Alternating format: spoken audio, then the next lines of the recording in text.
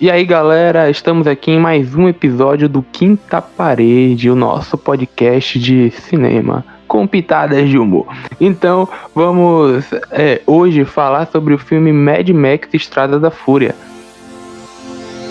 É um filme que teve a sua estreia em 2015, dirigido pelo diretor australiano George Miller. E para começar, né, nosso episódio, eu vou passar a palavra para o Sr. D, nosso parceiro aí. Opa, fala galera. Então, testemunhem. Em meio a explosões, muita areia e bolsas de sangue, tudo se trata de petróleo e água. No mundo pós-apocalíptico, só restam duas coisas: esperança e redenção. Caminhe para Valhalla. Música de introdução foda.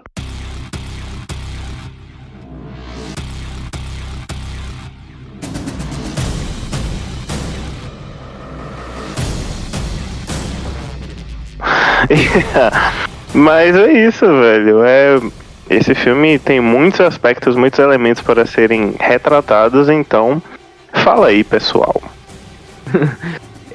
Eu gostei que você já fala sobre petróleo e água, porque olha, é um filme que ele tem uma premissa muito simples, na verdade, né? A princípio, a premissa dele é uma premissa simples, é uma busca pela sobrevivência. E é uma temática que se repete em inúmeros e inúmeros filmes, mas o que é que faz, né, Mad Max ele se distanciar, principalmente esse, o que é o quarto filme da franquia, o que é que faz ele se distanciar de todos os filmes a ponto de ganhar 6 Oscars em 2016, né? Então é isso aí, nós vamos falar um pouco sobre isso. Cara, eu acho que esse filme, né, aqui quem tá falando é Enzo. Eu acho que esse filme ele ganhou os 6 Oscars, né? Que eu vi que foi por direção de fotografia, direção, edição, essas paradas. Porque o filme, velho, o filme é magnífico. Os efeitos visuais, a cor do filme é bem... Ela é utilizada de uma maneira que a pessoa vê e sabe o que está acontecendo, né? Entende o que a cor quer passar. Tem também o figurino, né? A ação, velho. Esse filme é aquele filme que você pode assistir, que você não vai falar. Cadê aquela parte que tem aquele diálogo? Porque esse filme não tem isso. É ação todo momento. Praticamente 98% do filme. Que, no caso, fotografia ele não ganhou. Ele foi indicado, foram 10 indicações com 6 Oscars ganhados. Aí fotografia não ganhou, ele só foi indicado. Mas foram outros aspectos técnicos. Ele só ganhou em aspectos técnicos, na verdade. Porque também aí entra outras questões, né? Mas aí vamos... tá errada.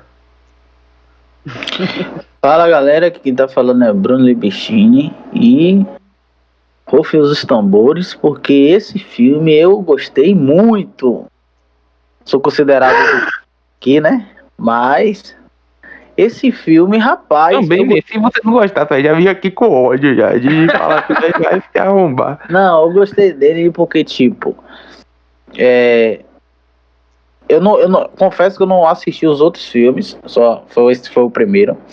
Porém, como vocês já falaram aí, 97, 98% do filme é ação. E, tipo... É um filme que tem uma dinâmica equilibrada, não é tão corrido, também não é tão lento, é perfeito. Piadoca. Não é tão corrido com carros, tá ligado? Não é tão corrido. Que é basicamente, né, que é uma história que podemos definir como que o Max é perseguido pelo seu turbulento passado e acredita que a melhor forma de sobrevivência é não depender de ninguém. E aí ele acaba se juntando com alguns rebeldes, que inclusive uma coisa que me chamou muita atenção foram duas coisas. A direção de fotografia, eu confesso que eu fiquei deslumbrado quando eu tava assistindo. Falei, cara, como assim? Muito top. E outra cena que me chamou a atenção, mas é mais pro lado cômico, é sobre o guitarrista. E aí, não sei se vocês perceberam esse personagem. Eu amo guitarra. Não, imagina. Não, pô, rapaz, se não falasse, O paredão, paredão lá. Cara, velho. Eu me identifiquei com aquele cara. Aquele paredão. que ele tá no paredão. Esse lance da música, eu já acho algo interessante no filme, porque ele traz uma parada que remonta aspectos antigos da sociedade. Porque assim, ó, ele é um filme pós-apocalíptico, então meio que a sociedade ela mudou completamente, óbvio, e tem novos começos, né? Novas sociedades começando de novo, como se fosse. É um mundo que ele recomeça, né? E aí ele meio que faz referência a tempos antigos, porque tempos antigos, quando os exércitos iam pra guerra, eles usavam de música. Não sei se vocês já viram isso, eles tocavam tambores, eles faziam aquele ritual, né? Tipo pra ir pra guerra, né? Era um tambor, era instrumento de sopro, tá ligado? E meio que isso ele é remontado de uma nova forma, né? No filme. Eles vão pra guerra na estrada, né? Na estrada da fúria, como eles mesmos falam, e de uma forma remontada, uma forma nova, de uma nova roupagem, né? Eles, os garotos de guerra, eles a todo momento ficam falando testemunhem e sobre caminhar pelos portões de Valhalla. Eu não sei se vocês sabem, os queridos amigos e pessoas que estão nos ouvindo, Valhalla é o salão, o grande salão, que os heróis da mitologia nórdica morrem e vão pra lá pra viver seu pós-vida de luxo até o momento do Ragnarok, que seria o apocalipse da mitologia nórdica. Então, faz todo sentido pro contexto do filme. E tem ordem, isso é interessante porque isso mostra também um pouco de como as culturas elas se misturam, né? Tipo, não existe mais uma parada. Pelo menos eu vi assim. Eles pegam uma cultura nórdica antiga e também remontam, tá ligado? Meio que traz esse ponto aí de Valhalla, dos caras morrerem na guerra, tal e tal. E em certos pontos existem ainda povos que pequenos grupos, né, que acreditam até hoje e tal, mas de modo geral não acreditam. Só que você vê que essa é uma mistura cultural muito grande, esse novo mundo, né, de Mad Max, esse novo universo. E aí eles trazem na religião, meio que, entre aspas, essa crença também, tá ligado? Sim, pô, até porque em alguns momentos do filme tem passagens que você vê que são tipos diferentes de crença. Por exemplo, quando você falou da questão das batalhas, né, medieval, de antigamente, geralmente quando as pessoas iam pra batalha, elas gritavam, sei lá, tipo, liberdade, tipo, gritavam alguma coisa. Só que quando os caras vão lá pra Estrada da Fúria, por isso o nome do filme, eles gritavam V8. V8 é o motor do carro, entendeu? Então, tipo, e tem todo um culto sobre isso, né? Sobre o carro e tudo mais, de pilotar. É muito bom isso, cara, realmente. Tem uma hora que uma das personagens está rezando dentro do carro. E alguém pergunta, você tá rezando pra quem? Tipo, pra quem ouvir, entendeu? Tipo, não tem mais essa, tô rezando pra Deus, pra Jeová, tanto faz, não tem mais isso, entendeu? Tô rezando pra quem me ouvir. Então é o que vocês estão dizendo também, não tem uma religião lá fixa. Tem outras paradas também que, se observar, né, mostra, né, o carro também com uma simbologia, né? Porque ele tá lá, o Immortal John, ele meio que tem uma cena que ele até fala, você vai entrar nos portões, tipo assim, como ele tivesse que dar a permissão pro cara ir pro paraíso, tá ligado? Tipo, tem muita... Sim, pô, porque ele é tipo um deus pra ele, sabe? Entendeu? É isso, tipo, tem uma figura física, entendeu? Não espiritual.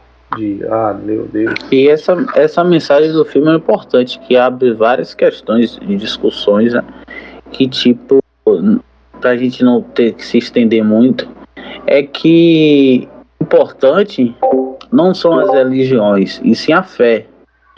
E isso o filme demonstra demais. E ó, foi um dos pontos que eu achei bem interessante, eu até deixei anotado aqui, que essa questão de a sequência espiritual, porque o filme traz um mix, tipo, acrobacias, aí tem humor, tem essa questão espiritual, o roteiro também é excelente. Então, tipo, é um filme que podemos dizer que ele é rico em todos os sentidos.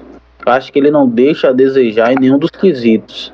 Tipo, tem várias críticas do filme, né? Tem a questão de possessão, tem em relação à natureza, à religião, feminismo, essas paradas. E o que você falou aí, Bruno, de a fé e tudo mais, eu não sei o nome dele, um dos, como é que é? Filhos de guerra? Garoto de guerra. Garotos de guerra. Os garotos, tem um garoto de guerra lá que ajuda o nosso protagonista, que é o Mad Max. Ele tem várias situações que ele, tipo, ele quer ir pra Valhalla, só que ele não vai. E tipo, ele fica todo deprê e tudo mais. Só que depois ele vê que não era o momento dele. Só puxando esse gancho do Nux, né? Que você citou o Nux. Isso, ele. Mas aí também já entra uma outra questão, que eu acho que a gente já dá pra associar a figura do Immortal Joe. Porque, por exemplo, ele usa da crença como forma de poder, de exercer poder. Não é somente o lance de ele possuir água, não é somente o lance de ele possuir comida, tá ligado? Ele barganhar com as pessoas, não. Ele é uma figura que ele usa daquele mítico, né, daquela mitologia que ele criou, que já veio, no filme não fala se foi ele que influenciou as pessoas ou não, enfim, mas daquela crença de modo geral ali, né, de a gente tem que morrer na guerra, a gente tem que morrer na Estrada da Fúria, testemunho, não sei o que, Immortal Joe. Então ele usa disso aí pra exercer poder, pra exercer domínio, tá ligado? Que era o que a igreja fazia, né, em época coloniais e tudo mais, né? Ela que tinha o poder. Tipo... Sim, é a remontagem, como eu tô falando. É o filme que ele traz o mundo que repete o passado, né? Um novo mundo que repete o passado. Sim, pô. E, tipo, é muito interessante ver, né? Tipo, a gente levantou vários pontos aqui. É uma sociedade que é no futuro, mas é um mundo pós-apocalíptico. Mas mesmo assim, com o avanço, entre aspas, a figura feminina ainda é oprimida, tá ligado? Tipo, elas são usadas como objetos, tipo, tem várias frases assim que marcam, sabe? Nós não somos objetos, quem foi que matou o mundo, sabe? E tem até uma parada bem forte, que é o lance do cinto de castidade, né, velho? Que é uma parada tão arcaica, mas é interessante essas associações, assim. O próprio Immortal Joe fala, vocês são minha propriedade, esse filho é minha propriedade. Sim. Entendeu? A linhagem dele, né? Como senhor de guerra pra... Eu achei interessante a maneira que a narrativa traz isso à tona, a maneira que a obra traz isso à tona, que não é de uma forma grotesca. Foi tipo, tudo que estava ali foi tipo orquestrado, e tudo, eu acho que claro que para a gente produzir algo a gente tem que pensar em todas as questões, mas eu acho que a sincronia que eles utilizaram nessas questões foi magnificamente perfeito. Sim, velho, isso é um dos grandes trunfos do filme, porque ele é um filme de um roteiro simples, sabe? É uma premissa simples, é linear, é aquela coisa ali, ó, estão indo no caminho, só que ele consegue encaixar várias discussões em algo, em uma estrutura simples, sabe? Simples que eu falo não no sentido ruim, simples, mas muito bem feito, no simples do jeito que, se eu sentar pra assistir, tipo, eu não me importar com nenhuma dessas discussões, ainda assim eu vou estar vendo um filme de ação massa, tá ligado? Tipo, eu posso ignorar tudo. É verdade. Ainda assim vai ser um filme massa. E ainda tem as referências aos outros filmes, né? E tudo mais. Esse foi o primeiro que eu assisti, mas tipo assim, outra sacada que eles fizeram é que como é o meu primeiro filme da linha do segmento, não é um filme que claro que é bom a gente ter assistido os outros para ter até uma base melhor, mas não é um filme que você assiste e fica, não tô entendendo nada porque eu não assisti os outros. É um filme que pode servir também como um cartão de entrada. Pô, eu assisti, adorei, vou assistir os outros. Puxa isso. Sim. E, tipo, tá acontecendo pra mim. Eu nunca tinha assistido e eu achei... vocês até reclamam que eu não gosto de nada, mas tipo, eu achei esse filme genial e eu quero assistir o restante, entendeu? Então, até essa questão do marketing que podemos considerar isso que é uma questão do marketing de um filme que pode ser de entrada, que chama público. Até nisso eles acertaram. Sim, é porque são 30 anos do outro filme, tá ligado? Tipo, as pessoas não iam recordar, não iam trazer essa conexão assim tão fácil. Eu acho que foi uma sacada assim monstra de George Miller. Ele falou assim, eu vou fazer um filme que eu vou fazer as conexões, mas quem assistir, quem não assistiu os outros, não vai perder nada, sabe? Mas o que foi, John, é o que eu tava lendo, né? E tal. O George Miller, né? Ele não queria, tipo, recontar a história de Mad, né? Porque acontece, o último filme ele perde a família e depois de 30 anos. Esse filme é meio que entre o primeiro e o segundo. Eu acho que acho que no último, se não me engano, acho que no último ele perde a família, não sei. Não assisti o primeiro, não lembro, faz muito tempo, então não lembro direito. Mas eu sei que um dos filmes ele perde a família. Não é no último, não. Eu acho que ele perde no primeiro. É no primeiro. Eu entendi. Então ele perde a família. Então ele não queria, tipo assim, reencontrar a história de Mad. Tipo, Mad perdeu a família. Ele quis fazer uma parada diferente. Totalmente diferente. Que te pegasse como o acho que foi o Senhor D que falou. Que, né, tem as referências dos outros filmes. Então ele não quis recontar a história do Mad Max antigos. E sim só pegar o básico e fazer. Ele traz uma questão, essa puxando dos outros filmes, uma questão tão natural, que ele coloca, tipo, que Max está passando por transtornos por causa do seu passado. Então, vem várias cenas na cabeça dele de questões que aconteceram lá no passado. Então, tipo, essa também é uma maneira do filme de trazer questões de filmes anteriores. Que aí, tipo, eu assisti todo o filme, mas eu fiquei com aquela cena na cabeça. Pô, aconteceu isso, quem é essa menina? Por que aconteceu aquilo? Então eu vou buscar, através dessas visões dele, mais informações. Então logo eu vou assistir os outros. Como foi, aconteceu? Então, vem a sacada. Sim, pô, até porque o grande diferencial de filmes, tipo, pelo menos na minha opinião, não sei se a gente pode concordar, é que quando um filme, mesmo ele fazendo parte de uma saga, e mesmo uma saga que tem um tempo de lançado, ele se sustenta como um filme próprio. Como o John falou, mesmo você ignorando todos os aspectos que são passados, mesmo assim ele é um filme de ação muito bom. Então, ele se sustenta por si só, não como saga, mas como um filme. Mas, dito o que vocês comentaram, cara, de não voltar pro passado do Max, eu acho que a gente pode concordar, ou pelo menos tentar, que esse filme é muito mais da Furiosa, já introduzindo uma personagem pra gente falar mais sobre ela, do que do próprio Max. Até porque a gente só sabe que o nome dele é Max perto do final. Falando sobre isso, sobre personagens, né? E Mad Max do passado, tem o personagem que ele tem um dos personagens, né, que é o Immortal John, que ele também participou do Mad Max do passado, né? Então não são só as lembranças do passado estão, mas até os personagens do antigo Mad Max também estão nesse novo.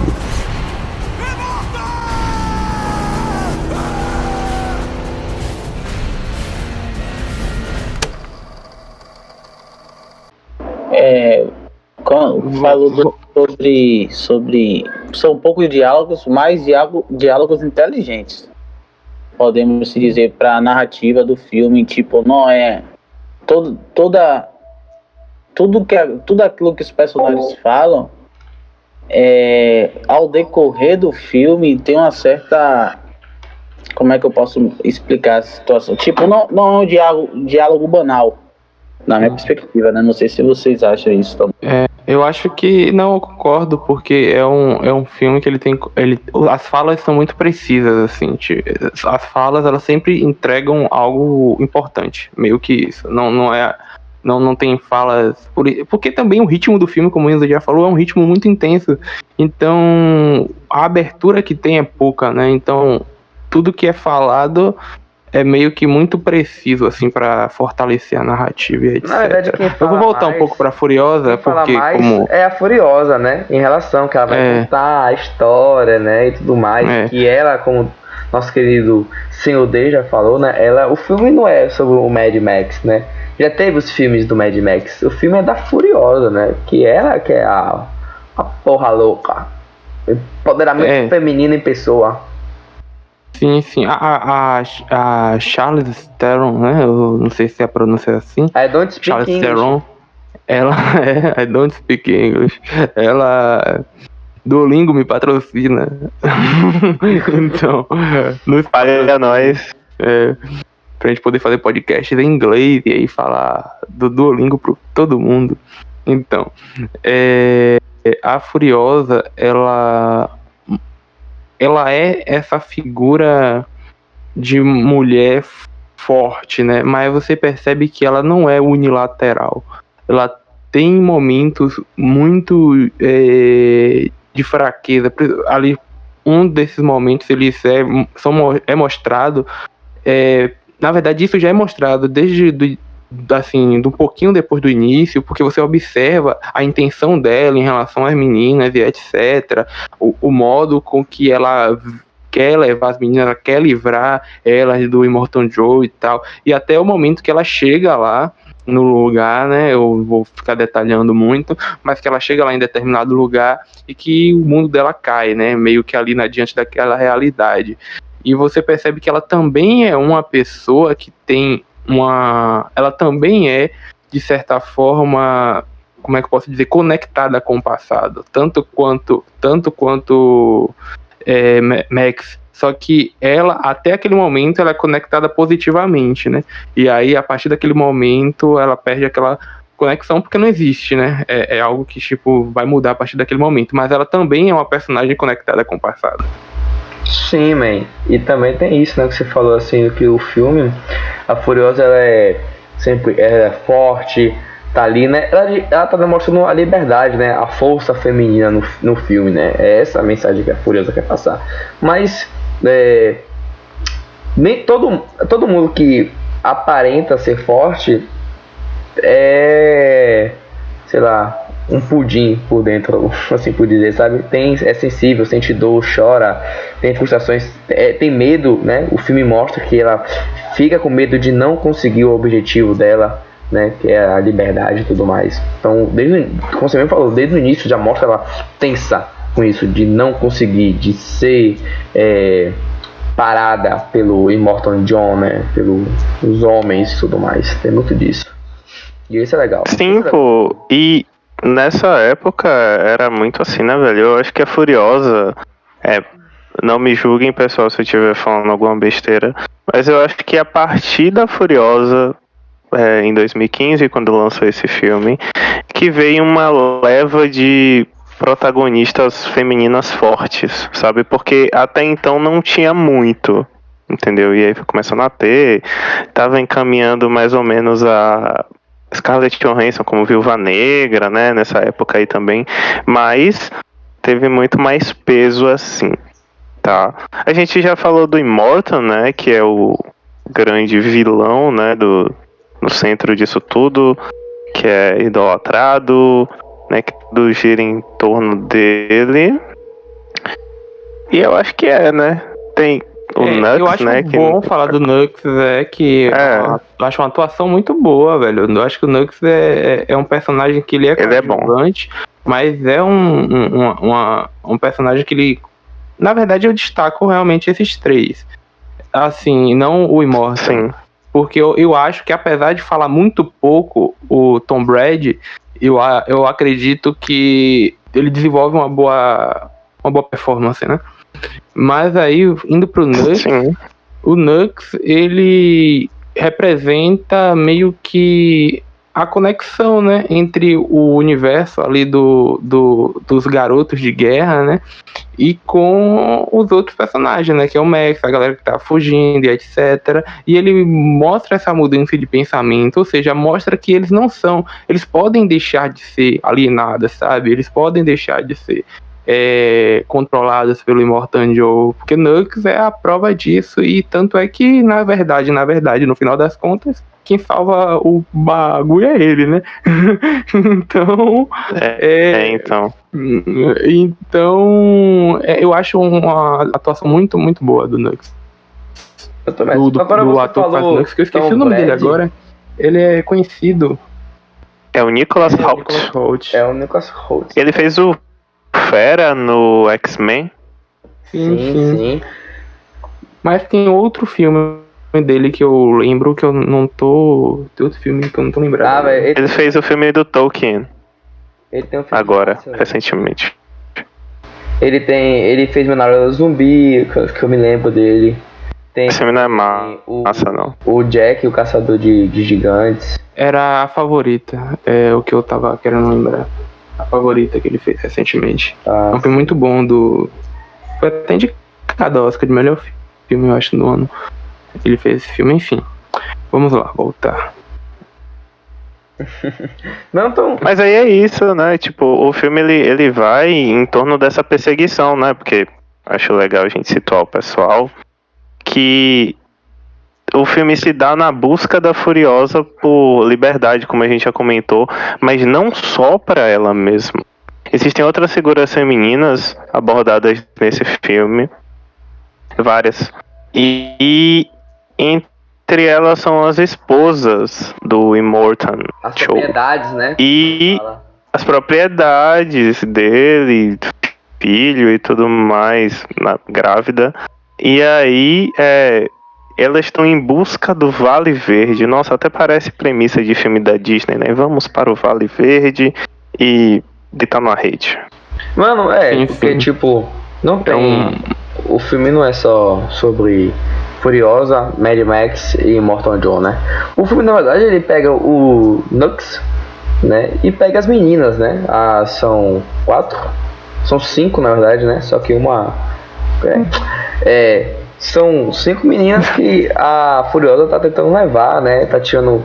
Como eu disse, né? A Furiosa, ela é a liberdade feminina, né? Ela é o empoderamento. Então ela não quer só ela ter aquela liberdade, ela quer que também as suas parceiras, né? Que são as mulheres em si, também tenham essa liberdade. Lá no final do filme, né? Tem uma cena que também mostra as outras mulheres também tendo liberdade. Isso é. Sim, leite de mãe. que nesse ponto aí que entra Max, porque Max ele faz com que a liberdade ela vá além de simplesmente libertar aquelas meninas, tá ligado? Ele faz com que todo mundo seja liberto no lugar, tá ligado? Meio que isso. No momento que Immortan Joe morre, o filme dá a Boa. entender, né? Boa! É pegadinha, galera. É trollagem, leque. Mas a partir do momento em que ela retorna, ela ocupa uma nova função, né? Digamos assim, o filme dá a entender que ela passa a ser alguém, uma liderança e etc. Mais do que ela já era, né? Porque ela era uma imperatriz. É bom lembrar que existiam, o filme não fala isso, mas dá a entender que existiam outras também, porque tem aquele momento logo no início que o cara tá passando, ele fala, uma imperatriz traiu, e aí o cara, quem foi? Aí ele fala, foi a Furiosa, tal, enfim. É verdade. Porque chegando mais, né, digamos assim, ao fim, né, aos últimos atos do filme,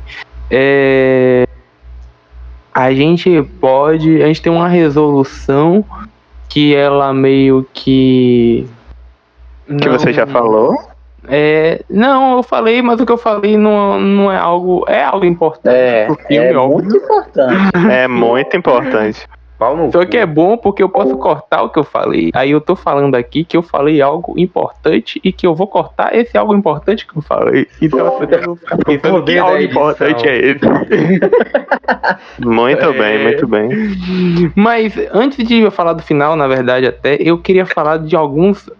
A gente já falou um pouquinho, né, que ganhou Oscar, então... Mas desses aspectos técnicos, né?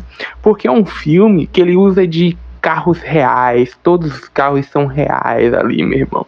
Ali ali é filmagem no deserto de verdade, ali não é chroma key não, parceiro, ali é tudo no deserto, com areia entrando no sapato, carro de verdade, aquele paredão é de verdade, imagine um paredão daquele lá em Engenho Velho de Brother. A guitarra soltando fogo é de verdade. Mano. Verdade, irmão. Open bar de verdade aqui. E isso é uma característica de produção do próprio George Miller, porque todos os filmes foram assim. Inclusive, eu queria só falar algo aqui rápido. já é uma curiosidade que era pra estar no fim do filme, né? Mas, no fim do filme não, no fim do episódio, mas eu vou adiantar um pouco, porque tem ligação com essa parte que eu tô falando, porque já é uma característica de produção, né? Os carros são sempre reais, aquela coisa de filmar no deserto mesmo, de verdade, tá, etc. E o primeiro filme, ele teve um orçamento baixíssimo, foi um orçamento de cerca de 300 mil, mais ou menos, e aí, justamente porque era tudo muito real, e inclusive tem uma cena que um carro é destruído, que é o carro do próprio diretor, ele bota o carro dele pra ser destruído. Caralho. É diretor raiz. Ele confiou, não, vai pagar, vou comprar outro. O melhor. E pagou, porque por vários anos foi o maior retorno de bilheteria, tá ligado? No Guinness Book, etc. Então, pagou. Mas é aquela coisa. Ele tem essa característica, e isso é muito interessante vendo hoje ainda, entende? No passado era algo até comum, né? Por falta de recursos e etc. Mas hoje, o cara ainda fazer dessa forma é muito interessante, porque hoje tudo é CGI. Passando não sei o que, CGI, não sei o que, CGI, não sei o que, CGI. O filme tem efeitos especiais, tanto é que ele também foi indicado, só que os efeitos são tão sutis que a gente não percebe às vezes, sabe? Então é algo, é muito louco, velho, é muito louco. E esse ritmo dele, a montagem, né, os cortes são, a trilha sonora ali todo o tempo, além da guitarra, tem a percussão, né, mano, atrás, tipo uns tambores bem ritualístico. Porque assim, tem uns cortes na montagem que são rápidos, ele acelera de propósito, não sei se você percebe isso. Tem alguns momentos que ele vai acelerar rápido de propósito, sabe? Justamente para reforçar essa ação constante, né, que o filme tem. Sim, tem isso. Mas, né, é só para não esquecer dos... A gente falou da Furiosa, né, do empoderamento e tal, de libertar também outras meninas. E também tem uma pessoa que também foi liberta, né, que foi o Nux. Chega a Valente, né, que é uma das meninas que a Furiosa tá salvando, né, que é a Ruiva. E ela, tipo, mostra pra ele, né, que não é só aquilo, cara. Tipo, você não precisa só seguir isso, tipo, vamos dar uma relaxada? Vamos relaxar um pouquinho? Vai respirar? Para de usar aquele loló seu prateado? Vamos parar? Quando eu digo que todo podcast esse rapazinho traz ligações com drogas. Pior que é verdade, né, velho? Até no mundo pós-apocalíptico conheço puxa-droga, velho. Puta que pariu, mano. Eu tô dizendo que se é narcótico, ouvir esse podcast vai levar todo mundo.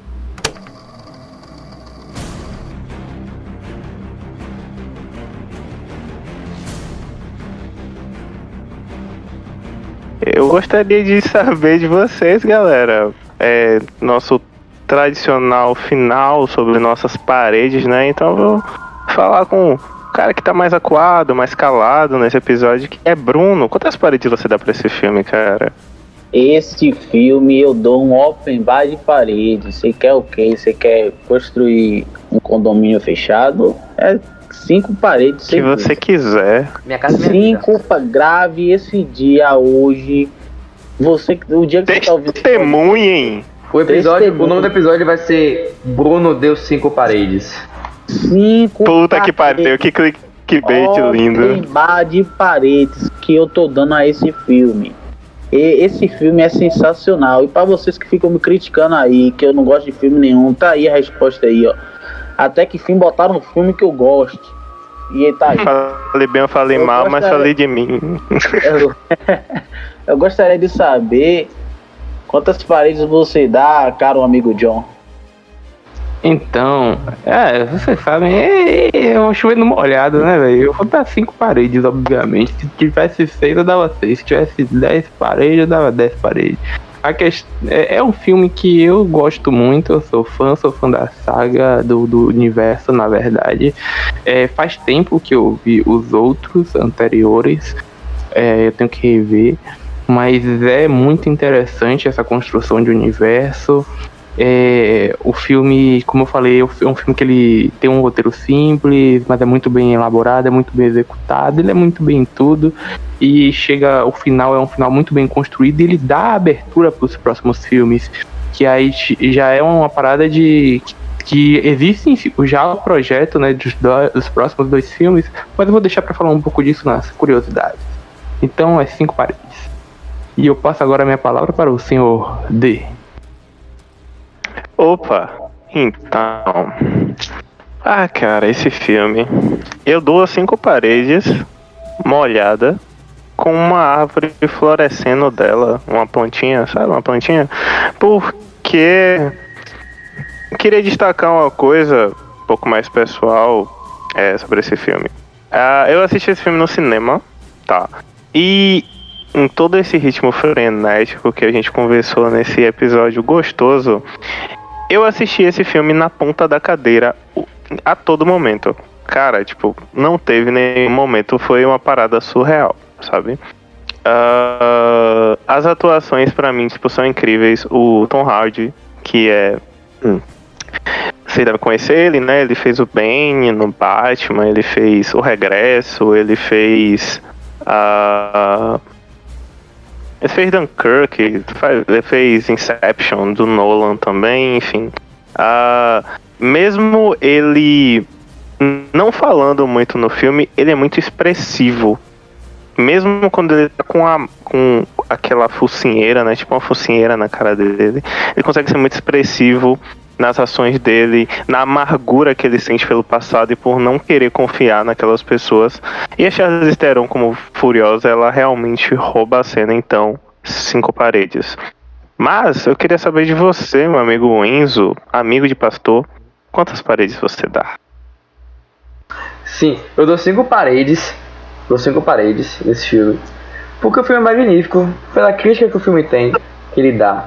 Sobre a cor, efeito, música. O cara da guitarra, que o cara da guitarra é barril. O cara da guitarra é o melhor cara que existe, o cara da guitarra, tá ligado?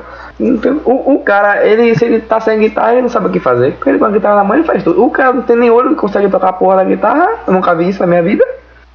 Eu já vi um cotoco tocando um pandeiro. Superação. Superação. Eu acho foda. O filme é foda de todos os fatores. Todos. Eu não tenho o que reclamar. Mad Max é foda. Assiste Mad Max, viu? Assista. Se você assistiu Mad Max, eu quero que vocês, meus caros ouvintes, deixem seus comentários lá no post de anunciamento do podcast, né? Que vai sair no Instagram. Bote lá, o filme achei massa. Quantas paredes você dá também? Façam isso. Ajude a gente e divulgue. Né? Então, galera, vamos agora para as curiosidades, né? Alguém tem mais alguma coisa para falar? Não, né? No final. Então, vamos lá para as curiosidades. Quem é que vai começar? Então, cara, tipo, minha curiosidade... Eu tenho 2 curiosidades. Na verdade, eu tenho 3. Mas... são 2 curiosidades e uma teoria. Bom? A primeira curiosidade é que o guitarrista que nós vemos executar essa maravilhosa habilidade, ele é um guitarrista de verdade, tá? Ele é australiano, eu esqueci o nome dele, enfim. E aquela guitarra, que todo aquele aparato que ele segurava pesava 60 quilos e... as chamas que saíam era realmente, sabe? Tipo, era de verdade. Ele controlava as chamas no momento certo, tá? Então, incrível. A segunda é que Mad Max, ele tem quadrinhos pelo selo da Vertigo, que é o selo mais adulto da DC Comics, que são responsáveis por inúmeros sucessos como Sandman, V de Vingança, Lucifer, Hellblazer, que é do Constantine, né? Que conta algumas histórias paralelas, histórias sobre próprios personagens, como Immortan Joe, mais da Furiosa, sobre o cara da guitarra também, tem a história dele. Tipo spin-off, né? Não é canônico. Isso, exato. Na verdade é canônico, porque faz parte da história. Entendeu? Então tipo o George Miller aceitou, galera, faz parte da história. Isso. Ele fez a curadoria. Uhum. Aqui. E o terceiro é mais uma teoria, tá? Eu vi isso e eu gostei bastante. Que eu não sei se vocês repararam que a focinheira que o Max usa, né, quando ele está em forma bolsa de sangue tem um formato de um tridente. Tipo, é exatamente o formato de um tridente. Tem até a pontinha, sabe, do tridente. E isso poderia ser um dos simbolismos do filme, tá? Porque tridente, galera, para vocês que não sabem, é o símbolo do deus do mar, Poseidon. E no contexto do filme, água, a necessidade de água da população e o Immortan, ele colocando esse símbolo tão exposto, seria uma forma dele mostrar o domínio que ele tem e expor isso para as pessoas em relação à água. E é isso. Pensei que você se falar que o tridente era do Satanás. Não. Eu não, fiquei na dúvida, né? Qual dos dois que ele vai falar? Eu também. Perdi a oportunidade. Aí os caras iam me chamar de satanista mesmo. Aí, né? Mas você o filme quase foi filmado em 2003 em locações na Nâmbia, mas o projeto teve que adiar devido à guerra que foi a guerra do Iraque. Então foi preciso adiar e o filme foi abandonado até 2009. Então teve essa questão da guerra, esse problema com a locação. E tem uma curiosidade, como eu sou muito fã da série que eu tô assistindo, que é Gotham, então relacionando ao Batman e tal, essas coisas, o trailer do Batman vs Superman, que foi a origem da justiça, eu acho, se eu tiver enganado, me corrijam, deveria estrear antes do filme, porém o trailer foi vazado. Então teve essa coisa puxando mais pro lado do Batman, né, que agora eu sou fã, né.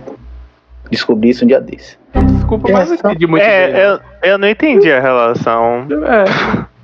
Ué, não entendi não. Você não viu explicando? Batman, Vivete? Não, mas eu não entendi a relação com É porque tem o trailer. O trailer do Batman vs Superman, A Origem da Justiça, deveria estrear antes desse filme. Porém, ele foi vazado. Agora eu tô com raiva de vocês. E eu gostaria de saber, John, se você tem alguma curiosidade pra gente aí. Então, velho, eu vou falar umas coisas mais relacionadas à franquia, né?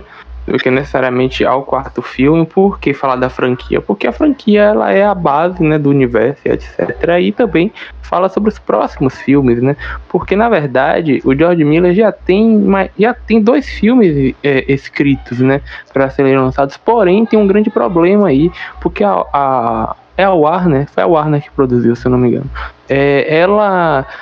Ela arrumou briga, ela arrumou treta aí com o George Miller, porque o George Miller... É assim, eu vou explicar a história. O George Miller, ele tinha um teto no orçamento e ele fez um acordo com a Warner. Ele falou assim, olha, se eu gastar menos do que isso, eu vou receber tantos milhões, X milhões. Se eu passar disso, eu não recebo essa cota por fora, né? E aí assinaram um contrato, ambos bonitinhos. Depois do filme, o orçamento que George Miller apresentou, ele conseguia essa bonificação. Porém, a Warner alega que ele passou do valor. E aí, simplesmente inventaram de brigar e tá na justiça. Ou seja, por um valor de, se eu não me engano, 30 milhões, eles estão deixando de arrecadar 2 filmes que vão vir até se resolver isso. E o problema é, será que George Miller vai morrer? Porque George Miller já tem 70 anos. Então... Então, não, porque já é o senhor, né? Então a gente fica com medo de acontecer um negócio desse. E aí pega o filme e bota no monte de quem, sei lá, J.J. Abrams, vai estragar tudo. Não vai dar certo. Opa, aí, velho. Porra. Então, isso é uma das curiosidades, né, sobre a franquia de modo geral, que os próximos filmes já estão inscritos, já está tudo pensado e etc. E que, ainda falando sobre isso de franquia, nós lembramos de uma pessoa que aparece muito aqui nos nossos podcasts. Eu quero saber quem é que vai falar quem é essa pessoa. Arnold Schwarzenegger. Arnold Schwarzenegger, exatamente. Porque a gente sabe que é um gênero que era pouquíssimo explorado no cinema, o Mad Max, né? Que é o que a gente chama de western punk, né? E aí, ele serviu de influência para muitas coisas, e principalmente, igual o James Cameron, ele fala que serviu de inspiração, né? Na verdade, para o primeiro Exterminador do Futuro. Então, o Mad Max serviu de inspiração para o primeiro Exterminador do Futuro, e como também ele serviu de inspiração para várias coisas, como jogos, Borderlands, né? Borderlands traz muito de Mad Max, tá ligado? Então, muito. Então, ele serviu de inspiração para muitas coisas que vieram depois, e isso é bem interessante de ser falado. Sobre, né, que tem 2 filmes já planejados do bonitinho. O filme Mad Max, esse, né, o Estrada da Fúria, ele já estava pronto, só que não tinha roteiro. Tipo, George Miller, ele já tinha o filme todo pronto, como seria, tudo bonitinho, porém o filme não tinha nenhum roteiro. Então, só isso que eu queria dizer, que o filme não tinha todo o planejamento, só faltava um roteiro mesmo pro filme tomar o impulso para seguir adiante. Então, é bom lembrar os nossos seguidores, os nossos ouvintes, sobre as nossas redes sociais, o mecanismo onde vocês podem estar falando com a gente. E aí nós temos o nosso Instagram, que é o @_quintaparede, o Twitter, que é o @_quintaparede, o YouTube, que é o Quinta Parede, e nós estamos presentes em todas as plataformas de podcast que existe. Eu acho que só não tá presente se você, sei lá, estiver na China, tá ligado? Aí você não vai estar nem ouvindo o que eu tô falando aqui agora e você não vai saber. Então, mais em contraponto a isso, nós estamos na maioria, quase todas as plataformas aí de podcast, Spotify, Deezer, Apple Podcast, Google Podcast, a gente tá presente em tudo, então vocês podem ouvir a gente em todas as plataformas. E então é isso. Alguém tem mais alguma coisa a falar? E o próximo filme será? Testemunhem.